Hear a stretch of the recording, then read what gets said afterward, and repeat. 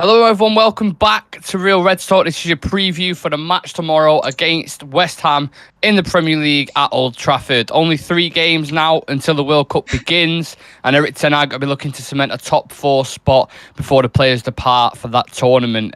Just the two of us on today's show. How are you doing, Shreyas? Yeah, I'm doing well. How are you doing, Nick? Yeah, I'm good. In good spirits. It's the weekend, lots of football, a couple of cold beers, so can't complain. Cannot complain.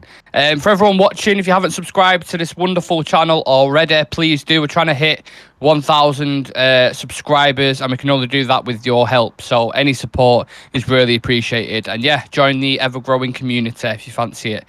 Shreyas, what am I going to say next?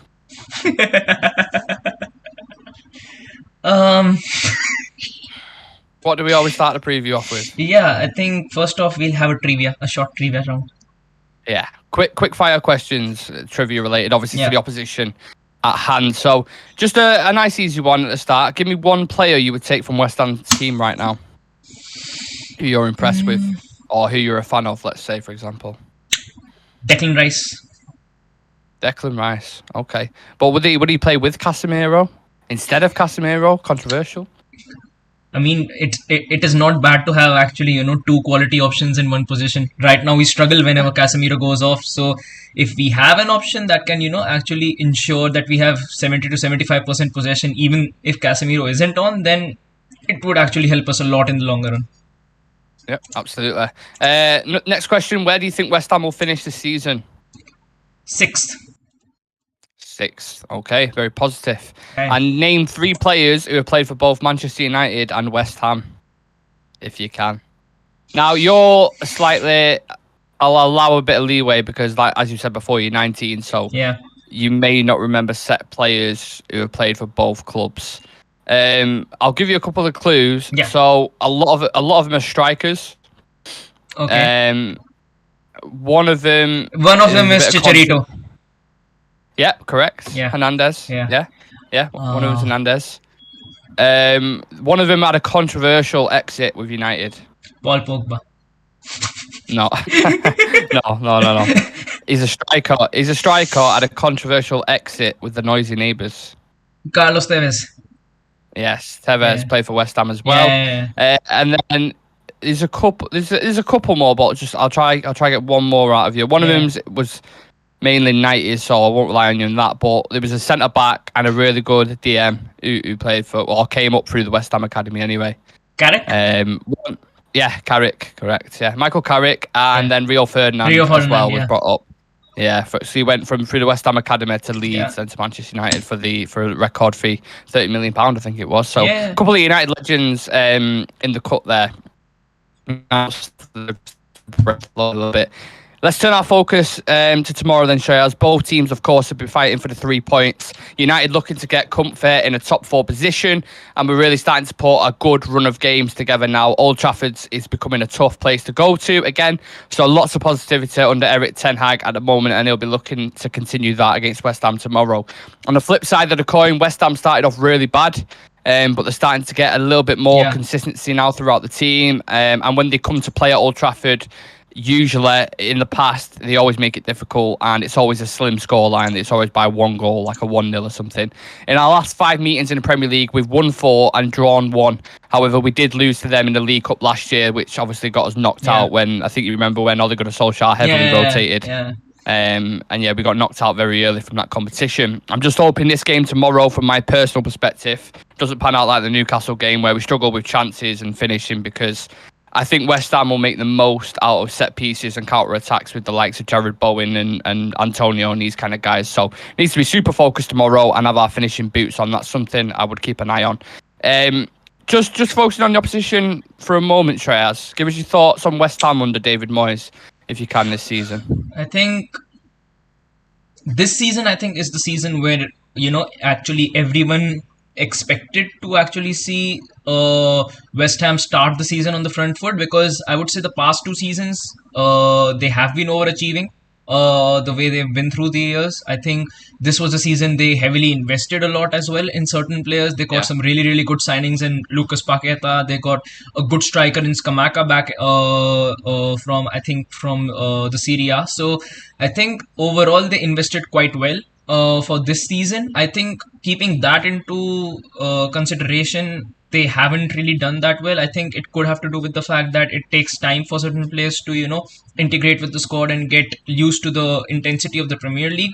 But I think the quality that they have right now, I still see them being in the top 8 definitely, because now they're starting to get into groove. I don't think that this is the best of West Ham. I don't think they're near to the level where you could say that this is the best that West Ham could offer. I think they're still growing, but I think for us this is the best time to come up against them. It would actually help us to get a much clearer perspective of actually where we are right now in the league as well. And except that I think under Moyes they have been overachieving for quite some time, so clubs like West Ham, I think they do face these sort of, I would say, phases where they have that downward trajectory. I think it is quite normal for any club, I would say, who's pretty much a club which used to be fighting for relegation or used to be on the lower half of the table. So keeping that into mind, I think they're doing well. I think they're doing all right. Focusing a little bit on from our side of the coin, Manchester United, we've been on a good run of form of late. Only lost one in our last 8 games in the Premier League, which shows we're much more resilient. What would you put that down to for you? Do you think? I think midfield. I think midfield and defense. I think these are the two areas where I would say these are the spots that are actually keeping us in that top 4 race for right now, I would say, because I think our defense probably looks the best it has in the last 10 years, I would say. In the midfield, I think Casemiro has been a lifesaver. I think the moment that he has come in, we're starting to, actually cling to the games by the throat for the entire 90 minutes, dominate possession, have that physical presence as well as a good passer of the ball in midfield. And he's got a really good shot on him as well. So I think Casemiro has been a really, really good addition in that midfield. I think Eriksen is once again getting back to his best. The form that we saw him in the first 4 to 5 games, I think he's getting back to that level. Bruno is slowly and steadily getting back to his best. And I would even say before the Man City game, even McTominay, he looked quite stable. He looked quite, reliable. So overall, I think it's been I think the midfield definitely has stepped up this season, which is something that we needed after we saw the performances from last season. And except that, I think the major credit for this definitely has to go to Lisandro Martinez and Rafael Varane. I think. Oh yeah. Definitely, I think one of the best centre-back pairings in the league right now. I think Lisandro Martinez, the way he has come out after the first 2 games, I think it takes a lot of determination, and a lot of, I would say, strong mentality to actually come out of the kind of performances that we actually pulled in the first 2 games against Brighton and Brentford, then pulling off a masterclass against Liverpool, and, by far being the most consistent player in our team since that game. So, for me, the defense and then the midfield, I think our attack still lacks that clinical edge. One question I'd throw out to viewers, people watching now, if you're watching later on, name me a better centre-back in the league right now than Lisandro Martinez, who's performing better. And maybe ones who's kind of, on an equal level in terms of their performance for their team, but I don't think there's a better centre-back. He's got everything. Absolutely. His ball playing ability is solid. He's great in the air. He's a leader. He's got every kind of asset you want in a centre back, and I think him and Varane really complement each other really well. They're the best. They're certainly the best partnership for me anyway, and that's not even biased. That's not like I'm looking at that with red tinted glasses. I genuinely believe that in Europe, the 2 of the best centre back partnerships as it stands. Unfortunately, Rafael Varane is injured until the World Cup. The start of the World Cup at least. So yeah, it's a little bit unfortunate, but Lindelof's been doing well since he's come in, so we'll see what happens tomorrow with that. Equally, West Ham have only lost 1 in their last 5 games, Shreyas. They've been performing relatively well in the Europa Conference League, but West Ham fans, rightfully or wrongly, which I'll get your opinion on this, want more with the money that's been spent and considering how well they performed last season. What's a realistic expectation for both clubs, do you think, in terms of where they finish? I think for us, the realistic finish would definitely have to be fifth. Going into the season, I didn't have that many expectations of actually, making it into the top four, because a new manager coming in after one of the worst seasons that we've ever had in the Premier League, and working with a squad that is still, nowhere near to the squad that he actually wants to build. There are still a lot of grey areas in that pitch. We still lack a lot of squad depth, and we have a few. Except squad depth as well, I think there are a few areas where we need to invest and get new players in. So for me, fifth, even now, I would say fifth is going to be a realistic spot for United. If they do make it into the top four, I think Ten Hag definitely needs to be backed in the summer. Then definitely he needs to go out for all the players that he wants. And for West Ham, I think this season they're in the Conference League. Last year they were in the Europa League, and they did quite well in the Europa League as well. So I think this season, at least, I think a seventh position or eighth position definitely should be there. Yeah, I think I'd agree with that. Top 8 for West Ham, and I think if you would have said to us at the start of the season, fifth or fourth, that's a realistic expectation. I think if anyone would have said third, first, second, or third, they would have been out of the mind considering how last season went. Yeah, so I'd agree with that assessment. I want to touch on a few of our players on the fringe of the squad, some coming back from injury, Shreyas, and young players looking to push into the team as well. I thought Alejandro Garnacho had a solid performance on Thursday night. Maguire had a decent cameo for 45 minutes. And for the minutes that Donny van de Beek was on the pitch, he was getting into good positions. Link-up play looked really well. We know it's going to be a long, congested season. There's going to be injuries, fatigue involved, and we've talked about the lack of squad depth. But what players pushing for game time would you bring in now into this kind of these next couple of fixtures? I think Garnacho definitely needs to stick around the squad. I think what he did in that game against Sheriff, I think that is something that we've lacked off that left-hand side for quite a long time. I think he looked fearless. He looked like the kind of winger who likes to run at defenders, likes to move past defenders with quickness, and likes to make those crosses into the box, which definitely is something that we've been missing for quite some time now. And I think Garnacho definitely needs to stick around. I think the way Ten Hag has, actually conducted the squad this season, he's always come out and said that people in the squad will have to, cement their place on the basis of merit, on the basis of the performance that they put on the pitch. So Garnacho has pretty much, I would say, he's had a really, really good debut. So why actually drop him or not include him in the game against West Ham? Sancho I think Sancho is nowhere near, if I have to compare the performance of Garnacho in that game to the performance that Sancho has been pulling for the past few weeks. I think Garnacho had a much better impact in that game. So Garnacho for me definitely needs to stick. Except that I think if Donny van de Beek is able to make himself a regular player for us, I'm not saying as a starter, I'm just saying at least someone who can at least start getting 30 to 35 minutes in a game. I think it takes a lot of pressure off us, because we've seen how we completely lose track of the midfield, and we completely lose possession in the midfield when Eriksen is not playing, and we've seen that happen a lot of times. If Donny is able to fulfill that role, I think it saves us a lot of time, and it saves us a lot of cash as well, because Donny does have that vision and talent. I think the more he plays, I think the more he's, the more and more minutes that he gets on the pitch, I think he'll get better. And hopefully, I think at least give him a fair shot. At least give him 3 to 4 games. Maybe he could be someone who can be relied on after Eriksen. So Donny definitely needs to. I think Donny definitely needs to be on the bench at least. And I think the most interesting part would be, how he picks the centre backs, because Lisandro Martinez is definitely undroppable right now. I think whether Maguire is going to partner him against West Ham or whether Lindelof is going to partner him against West Ham is going to be a big question, because I think Lindelof has been flawless after Varane has been injured. I think he's been really good. I think he had a very good game against Sheriff as well.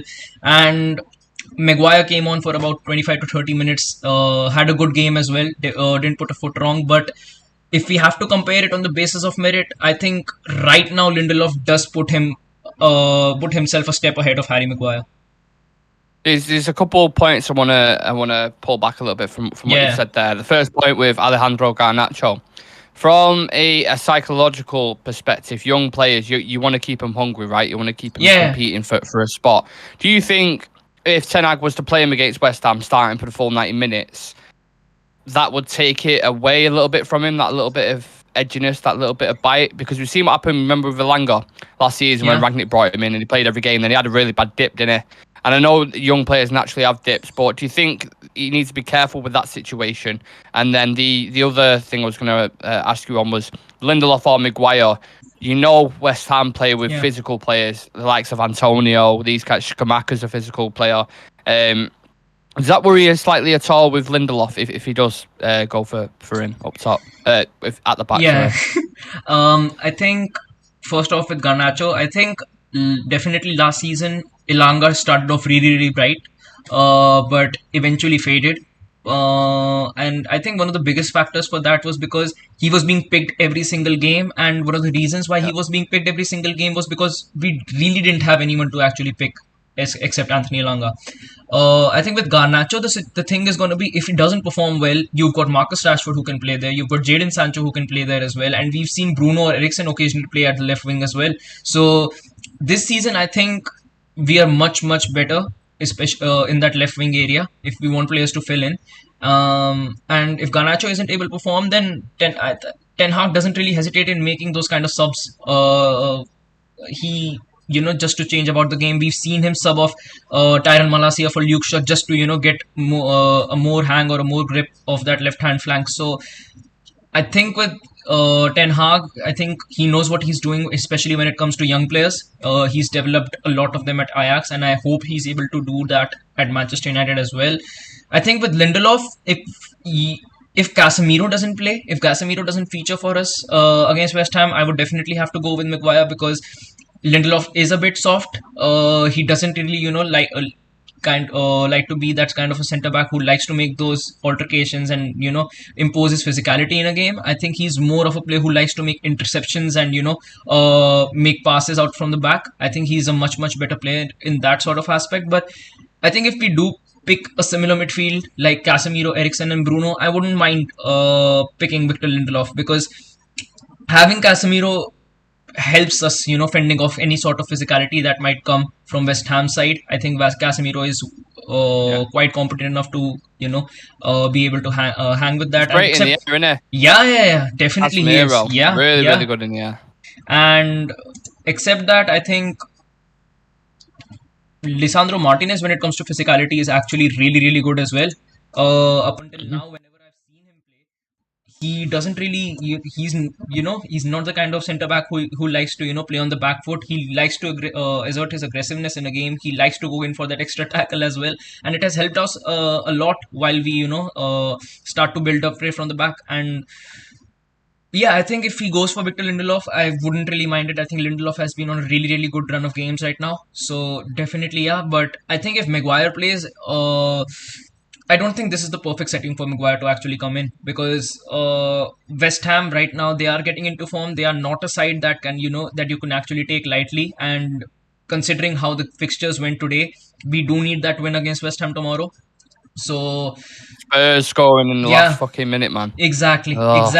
So it just makes us it makes it more important for us to get the 3 points tomorrow. And if Maguire comes in and he doesn't have a good game, it is going to build up even more and more pressure on him. He hasn't really been around the squad that much. I think he still needs to be eased into the squad, and I think he needs to be, eased into the squad in a way where there is not a lot of pressure. I think if we are, 2-0 or 3-0 up by the 65th minute up against West Ham, definitely bring Maguire on. It will help his confidence a lot, because the game is pretty much won, and it would, actually give him a good cushion to actually work on as well, because he won't have that much of pressure to actually operate on. If you bring him on from the first minute and he makes a mistake and we concede a goal, it is going to cause a lot of problems. That's something I've been keeping my eye on anyway, at least for tomorrow's game. The strikers, who he starts up top if Antonio plays, or Skamaka, and what centre-backs we play as well. I think that'll tell a big story. And obviously, if Ten Hag is going by his principles of playing people on merit, then Lindelof should start all day for me, alongside Lisandro Martinez. Just sticking with young players for a second, Trey, as this weekend game against West Ham, United will be it will be a landmark game, a record featuring homegrown player in every United matchday squad, which is an incredible 85 years. How good is that? Yeah, I think it is just shown that actually how much we rely on our youth academy and actually how much we rely on our youth talent. We don't really hesitate in giving them that shot. We don't really hesitate in, if there is talent, we like to showcase that. And I think throughout our history, we've seen how much our academy and how much the players that come through our youth setup actually, feature for us and how important they become in the longer run for us. Because in the last, I would say 3 to 4 years, I think the biggest players for us on the basis of stats when it comes to goals and assists have come from the academy. You take Marcus Rashford, he's been among the score sheets for quite some time. Except that on the basis of appearances, you can actually say that, Scott McTominay has been one of the biggest players who's been around because he has been playing for us non-stop last season, even the season before that during COVID as well. So I think these players do, especially for us, the youth academy does tend to, feature a lot, especially in the big games as well. We've seen, I still remember before COVID kicked in the last game we had against Manchester City, McTominay scored that derby winner. I think in those academy players, we do see that passion being, drilled into them, especially in those sort of games. So I think in that sense, it does make us a bit different from the other clubs that are out there. I think it shows a lot more authenticity and I would say originality as well, because we've had some great players coming in from the youth setup, and I think this is certainly an area where we've lagged in the past 4 to 5 years. We haven't really had that sort of a spark coming through, who has been able to, assert their name into the squad. And hopefully now with the kind of talent that we have in the youth academy, we can see that happening soon. Yeah, I think we need to see more of that, don't we? Definitely. With the likes of Iqbal, Savage, Garnacho, even Elanga a little bit more. We need to see these guys, and I think we will do once the FA Cup and the League Cup kick in. From youth players to super experienced players, talk to me about Cristiano Ronaldo, Shreyas. Do you think he's just a Europa League striker now? Can he play in Premier League games? Just have set cameos in Premier League games? Like, I'm not sure on the Anthony Martial situation if he'll be fit or not for tomorrow. Ten Hag hasn't given away much on that. It's kind of like it's up in the air. But yeah, I know your thoughts on him as a player, but if you was to put money on if Ten Hag's going to play him relentlessly in the Premier League or not for the next couple of games, what would you say? I think first and foremost with the Ronaldo situation, I would say I think tomorrow, considering we are actually playing against West Ham, I think I would actually play him as a striker. I don't think Rashford would have a exciting game if he actually plays as a striker tomorrow, because I don't see West Ham being a team which leaves a lot of space in behind for Rashford to actually run into. I think we do need a smart striker in front of goal, someone who has that eye for the run, someone who has that eye for creating the spaces as well. And I think that's the only reason why actually I would go with Cristiano Ronaldo. He's just scored a goal as well, so he'd be looking. And I think the biggest positive for me in that Serie game from Ronaldo's side was he still wasn't, he didn't look happy. He looked like, he could have done much more in that game. It was visible on his face. So it's good to see that he's still hungry for the goals. And I think we should pick him only because we're coming up against West Ham, because West Ham are a really, really compact side. They are not the kind of side that, you can easily break down, considering they've got the likes of Declan Rice in there. In the midfield, you've got Paqueta who might be playing in there as well, Souček. So there are a lot of physical players in there. So I would definitely pick Ronaldo ahead of him. I think with Martial, once again, I think if he would have been fit, we would have known by now. The reason why we don't know is because he's not fit. I think he's still struggling with his fitness issues. And I think because Martial is struggling with his, fitness issues, this is the best time for Cristiano Ronaldo to actually, assert his name back into the starting 11. Because considering we don't really have an out-and-out striker right now, except Ronaldo, who's fit. This is the best opportunity for him to actually come in and score some goals. And West Ham are not an easy side to actually play against. They have, caused us troubles a lot of times in the past few seasons. I still remember last season, both the games that we actually had, we did win, but they were so near. Fine margins. Yeah, and in both the games we won in extra time. So, Yeah, one of them was Jesse Lingard scored in one of the games. De Gea scored a penalty. De Gea saved a penalty. I was at the other one. I was at the West Ham game where Rashford scored the winner. Yeah. So yeah, that was my first time on Real Reds. Oh shit! Yeah. I remember because I got on the show and I was like, "Who's this guy?" Just proper like straight as randomly on there, and then obviously the rest is kind of history there. I think regardless, whatever striker we have up top, straight as, we have to be ruthless and clinical, and that was actually something that Ten Hag got asked about in the press conference straight after the Sheriff game because it was so close in terms of days before. They always do the press conference kind of after the game as well. And he got asked about it, and he said, and Ten Hag said, "I don't know if those are the words that United need to be more clinical. It's more to bring more numbers in and to get behind the defensive line. That's especially about occupation of the zones in the box, and that is what we can do better."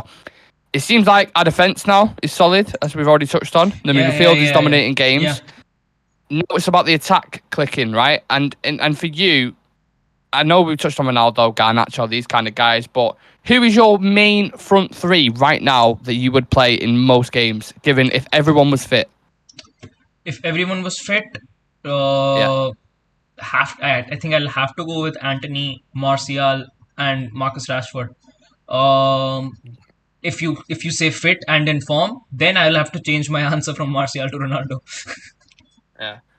And in form, you could even do an argument for Garnacho the way he played on the left. Because I don't see no players beating man like he was. And if West Ham are going to be as compact as we think they are and defensively solid, we're going to need players to unlock him. And that's where I think Anthony and players like Garnacho and Rashford. I think one of the biggest things was with Garnacho, he showed me what Marcus Rashford used to show me when he just came in to our squad. You know, that sort of a young winger who didn't really hesitate in moving past defenders, likes to run at them, likes to dribble past defenders. That's what Marcus Rashford actually brought to the table when he just moved into the squad.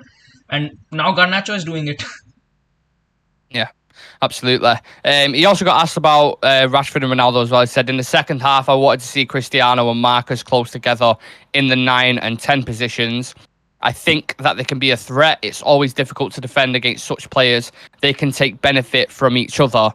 Much like Varane and Lisandro complement each other's qualities, do you think Rashford and Ronaldo can complement each other on the pitch together? Yeah, I think in recent weeks they've looked, much compatible on the pitch. They've looked better as well together, and it looks like, like last season we used to see that Rashford didn't used to, pass the ball to Ronaldo altogether and used to go for a shoot. I think that has definitely changed. I think whatever it was, it is sorted now. And yeah, I think definitely showed in the game against Arsenal as well when Ronaldo got subbed on and Arteta just went all out and it ended up leaving a lot of spaces behind. So Rashford was able to make a lot of advantage about that by moving into the right space at the right time, and Ronaldo looked like quite well while linking up as well. And I've seen that in a couple of games in the Europa League as well, that Ronaldo isn't playing technically the way he usually does. I think he's going more with the link up play. I see him passing the ball around a lot more than he usually used to. So definitely there's a change there, and it could be because Ten Hag wants that sort of a striker that likes to play the wingers in, likes to create overloads in the wings, which we used to see at Ajax as well. So yeah, I think Rashford and Ronaldo can definitely work together. I think Rashford's pace definitely helps Ronaldo a lot, because all he has to do is just get into the right area at the right time, and if Rashford is able to deliver the cross in the right position, then we end up scoring a goal. Yeah, absolutely. And give me one player to watch tomorrow. It can be from West Ham, can be from Man United, who you think is going to be dangerous. I think could be any. Yeah, I think with the distribution, David De Gea could prove very lethal. No, I'm not. You know what? On this one, I'm not letting you have De Gea. It has to be an outfield player who you think is going to be dangerous tomorrow. So if we watch it tomorrow evening, should I say? Yeah. And we can always come back to this and be like, you were right. Yeah. I think Casemiro, once again. Super. Casemiro, definitely. Yeah. I like it. Hopefully we should dominate that midfield again. Yeah. Because I think ours is... They do have a good midfield with Rice and Souček, but I think we can outnumber that with Eriksen, Bruno and Casemiro, similar to the Chelsea game in the first 35 minutes. I want to do some quick fire questions. Will there be more than 2 goals tomorrow? Yeah. Yeah. Yeah. Yeah. Okay. Will we keep a clean sheet? No. No. Will Anthony Martial start? No. No. One player who worries you from the opposition. So we've talked about Casemiro there. Who's a player on West Ham's team that worries you? If any. I think Said Benrahma or Paqueta. Paqueta. I think Paqueta and Bowen are a doubt for tomorrow, so that's two positives, I suppose. Yeah. I've seen something about that before. And then the last question, the quick fire question: Harry Maguire or Lindelof starts tomorrow? Who would you put your money on? Not who you want. Who do you think will? Harry Maguire. Harry Maguire. Yeah. I think I can kind of guess your predicted 11s, but I'll go with mine first, and then you can tell me yours. So I've gone with De Gea, Dalot, Lindelof, Lisandro, Shaw, Bruno, Casemiro, Eriksen, Antony, Ronaldo, and Rashford. What's yours? Once again, I think the same back five once again, except that Casemiro, Eriksen, and Bruno, Antony. I would say Antony, Garnacho, and Rashford. Antony. Oh, you think it's going to start Garnacho? Yeah. But that'd be a bold move. Yeah. It'd be interesting to see that, yeah. Yeah, he certainly deserves it on merit, like we said. Score predictions. What score do you think it's going to be? I'll let you go first on this one. 2-1. 2-1 to United? Yeah. Ooh. I think... A draw? I think 1-0 United. I think it'll be one goal, and I don't think it'd be an amazing game. Every time they seem to come to our stadium or we play them, it's always fine margins, a boring game, and we'll probably score from a set piece or something like that when Dalot scored against Sheriff. Yeah. That's how I see it going down. Look, I'm open to a 4-3 thriller or whatever, but yeah, I think it depends on who plays. I think obviously we have to do it now. So if I'm doing it now, I do it 1-0. But if I see Antonio playing, bullying Lindelof a little bit, it depends on the team lineup. But I'll go with 1-0 for now. Do you have any final thoughts at all, Shaz, before? We've got 10 people in the chat again, so please make sure to like the stream. Please make sure to subscribe to the channel as well. We are on 704 subscribers now, so please make sure to smash that subscribe button.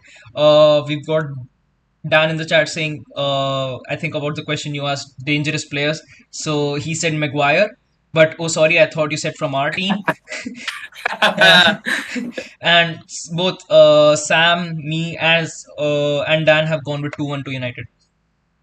2-1 to United. It will be a very close game. I think I don't think it'll be a massive margins between both, but it's very exciting times. I can't wait for the game tomorrow. That concludes the show for everyone. Thank you for watching. We'll be live. I think kickoff is 4:30 tomorrow, so we'll be live from 3:30 with the official watch along when the squads get announced. And for updates on Manchester United, transfer news, general news, and clips from our channels, make sure you check us out on all the socials. All the handles are at the bottom of the graphic there, or just head to the link in the video description.